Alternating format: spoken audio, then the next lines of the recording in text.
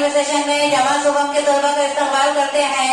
आज हम मजमून उर्दू सबक नंबर 19 सोने का दरख्त इसका मुताला करेंगे। प्यारे बच्चों, हम सबक नंबर 19 पढ़ रहे हैं, सोने का दरख्त। ध्यान से सुनिए और इसे समझने की कोशिश कीजिए। दोपहर को नाजू अपने अब्बा के साथ खाना खा रही थी। इतने में माली एक ताजा नारियल लाया। अब्बा ने उसमें एक सुराख करके नाजू को दिया।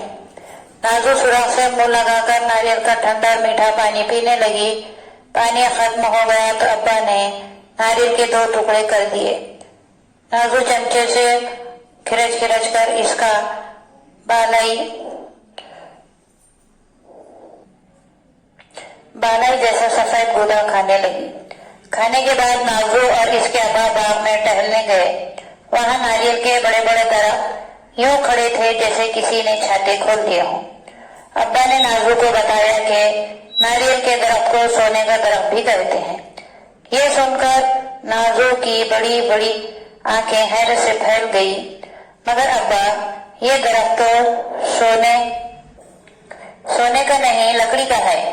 हाँ बेटी, ये सोने का बना हुआ तो नहीं है, मगर इसका हर हिस्सा किसी न किसी काम में आता है।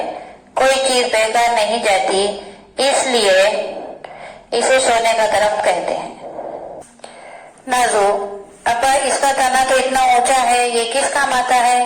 अब्बा, इसके तने से माहीगीर कश्तियां बनाते हैं। इससे घरों की छत भी बनाई जाती है। नाजू, अब्बा, इसके पत्ते कितने बड़े हैं, हवा में झूमते हुए कितने भले मालूम होते हैं। इनसे क्या बनता होगा?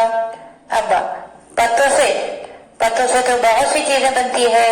पंखे बनते हैं, चटाइयां बनती है, झोपड़ों की छतें छाई जाती हैं। प्यारे बच्चों, इसका आगे का सबक हम इंशाल्लाह आइंदा वीडियो में पढ़ेंगे। प्यारे बच्चों, इस वीडियो को ज्यादा से ज्यादा देखें ताकि आपको समझ में आए। इस वीडियो को लाइक करें, शेयर करें, सब्सक्राइब करें। इंशाल्लाह आइंदा में वीडियो में मुलाकात होगी। खुदा हाफिज।